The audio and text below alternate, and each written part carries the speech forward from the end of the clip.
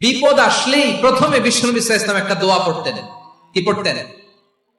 তিনি পড়তেন ইন্না লিল্লাহি ওয়া ইন্না ইলাইহি রাজিউন। নিশ্চয় আমরা আল্লাহর জন্য, নিশ্চয় আমরা কার দিকে ফিরবো ভাই? আবার কার দিকে ফিরবো? আওয়াজ করে বলুন তো, আমরা এসেছি কার কাছ থেকে, আবারও ফিরে যাব কার কাছে? এজন্য বিশ্বনবী পড়ছেন ইন্না লিল্লাহি ওয়া ইন্না ইলাইহি রাজিউন। নিশ্চয় আল্লাহর জন্য, ওই আল্লাহর দিকেই আমরা ফিরে যাব। তারপরে বিশ্বনবী পড়তেন আল্লাহুম্মা আজুরনি ফি মুসিবাতি ওয়াখলুফ লি খায়রাম মিনহা।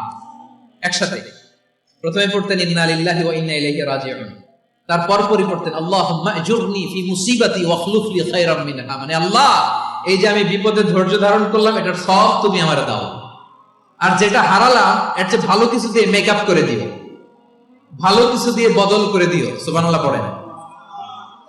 তাহলে বিপদ আসলে আমরা কি পড়ব? কথা বলেন। এই যে আমি শুয়েছিলাম, নাশিদ গাচ্ছিল ওরা, এদেশে পরস্পরে দেখা হলে দেয় সালাম, এদেশে আমজনতার হৃদয় জুড়ে পাক কালাম, এদেশে বিপদ এলে সর্বজনে সর্বক্ষণে দোয়া পড়ে ইন্না লিল্লাহ। কি পড়ে?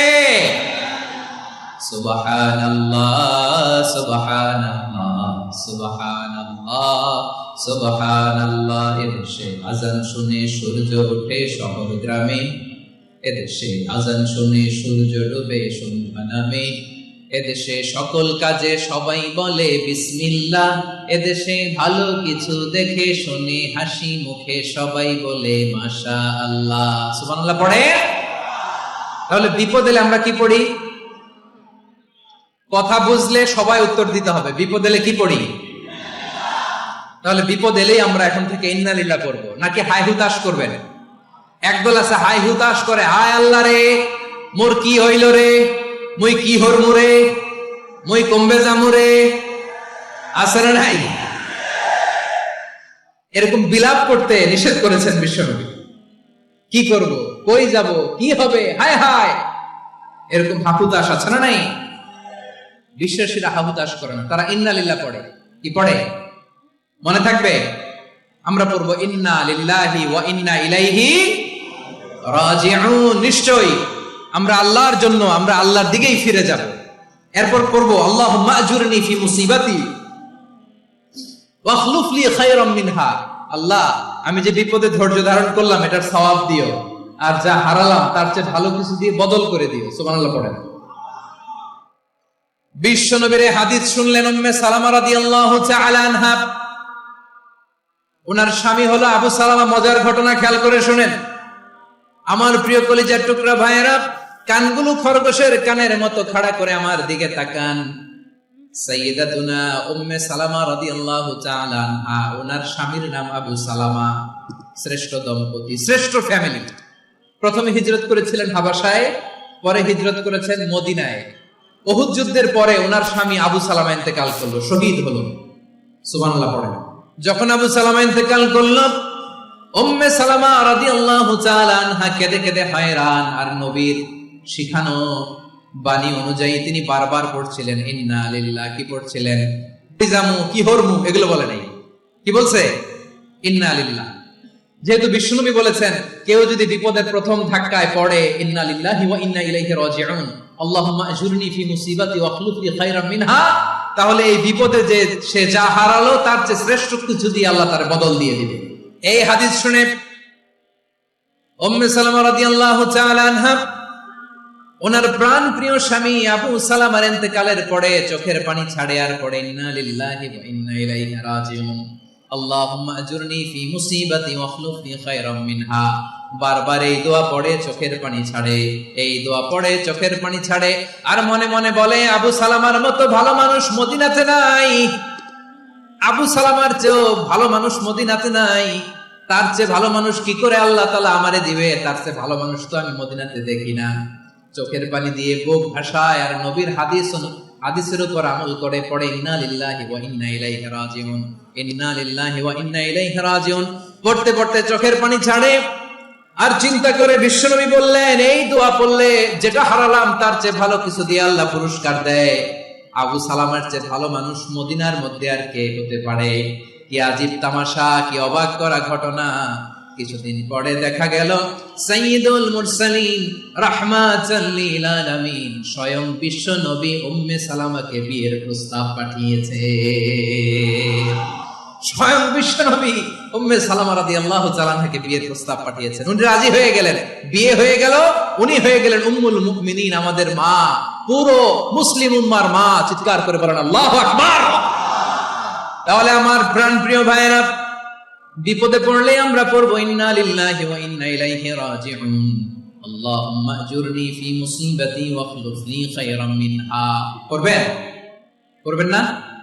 যারা যারা বিপদ আসলে এই দোয়াটা পড়বেন এখন থেকে আওয়াজ করে ইনশাআল্লাহ বলেন। যা হারাইছেন তার চেয়ে শ্রেষ্ঠ জিনিস দিয়ে বদলা দিবে কে? বিশ্বাস হয়?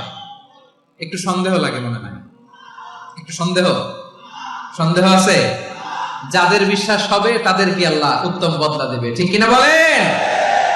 তাহলে বিপদে পড়লেই প্রথমে আমরা এটা পড়ব। দোয়াগুলো যদি এখন মুখস্থ না হয়, এই যে রেকর্ডিং হচ্ছে, পেয়ে যাবেন, কালকেই পেয়ে যাবেন। শুনে শুনে মুখস্থ করবেন। আমার মায়েরা, আমার বোনেরা, আপনাদের জন্য 3টি মাঠের অ্যারেঞ্জমেন্ট করা হয়েছে, আমি জানি। আপনারা এই দোয়াগুলো পড়বেন, আপনার স্বামীকে শেখাবেন, সন্তানকে শেখাবেন, আপনার পুরো পরিবারটাকে জান্নাতের টুকরো বানিয়ে দিবে কে? তাহলে বিপদ আসলে প্রথমে কি পড়তে হবে এটা জেনে গেলাম।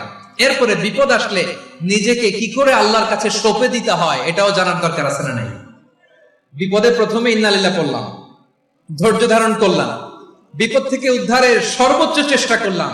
আমার কাজ যখন শেষ, তখন আমি আমার এই বিষয়টা আল্লাহর কাছে সঁপে দিই। কার কাছে সুপর্দ করব? কার কাছে? বান্দা যখন মুখ দিয়ে বলে হাসবুনাল্লাহ, আমার আল্লাহ আমার জন্য যথেষ্ট, এই বলে যখন নিজেকে সঁপে দেয়, তার কি লাগবে ওই দায়িত্ব স্বয়ং নিয়ে নেয় কে? সবাই বলেন, স্বয়ং নিয়ে নেয় কে? তাহলে আমার প্রিয় ভাইরা, বিপদের শুরুতেই আমরা বলবো ইন্না লিল্লাহ। শুরুতে কি বলবো? এরপরে যেই বাক্যটা পড়ে নিজের পরিস্থিতিকে আল্লাহর দরবারে সঁপে দিব, সেটা হচ্ছে হাসবুনাল্লাহ। সেটা কি? বিষ্ণু বলেন লা ইয়াজালু লিসানুকা রাতাবান মিন যিকরিল্লাহ। সব সময় আল্লাহর স্মরণ দিয়ে, জিকির দিয়ে জিহ্বাটারে সিক্ত রাখো। আর শয়তানু জাসিমুন আলা কলবি ইবনে আদম, শয়তান বনি আদমের কলবে খামচি মেরে বসে থাকে। ফাইদা যাকারাল্লাহ খালাসা, মানুষ যখন আল্লাহর স্মরণ করে, জিকির করে, শয়তান দৌড়ে পালায়। ওয়া ইদা গাফালা ওয়াসওয়াসা, যখনই বনি আদম গাফেল হয়, তখনই শয়তান তার হৃদয়ে ওয়াসওয়াসা দেয়। এজন্য বিপদে পড়লে ইন্না লিল্লাহ, নিজের সব টুকুন করার পরে, নিজের রোল প্লে করার পরে নিজেকে আমরা কি বলে সঁপে দিব? সবাই বলেন, সবাই বলতে হবে, আরো জোরে বলে, মনে থাকবে। বিপদে পড়লে প্রথমে ইন্না লিল্লাহ, এরপরে নিজেকে যখন সঁপে দিব তখন হাসবুনাল্লাহ। এরপরে কঠিন বিপদ যখন বিশ্বনবী পড়তেন তখন কি করতেন? এমন বিপদ মাঝে মাঝে হয় না, দেয়ালে পিঠ থেকে যায়, দেয়ালে পিঠ থেকে যায়, চোখে মুখে অন্ধকার, বাঁচার কোনো উপায় নাই, তখন করবা লা ইলাহা ইল্লা আনতা সুবহানাকা ইন্নী কুনতু মিনাজ জালিমিন। আল্লাহ, তুমি ছাড়া কোনো ইলাহ নাই, তুমি পবিত্র, নিশ্চয় আমি জালিমদের অন্তর্ভুক্ত। সুবহানাল্লাহ বলেন। এই দোয়া সাইয়েদনা ইউনূস আলাইহিস সালাম পড়েছিলেন যখন মাছের পেটে ছিলেন। কিসের পেটে? এবং অনেক মুফাসসিরিন ইকরাম বলেছেন, অনেক আহলুল ইলমরা বলেছেন, এটা হচ্ছে ইসমে আজম। ইসমে আজম এমন দোয়া যেটা দিয়ে দোয়া করলে আল্লাহ দোয়া কবুল করে।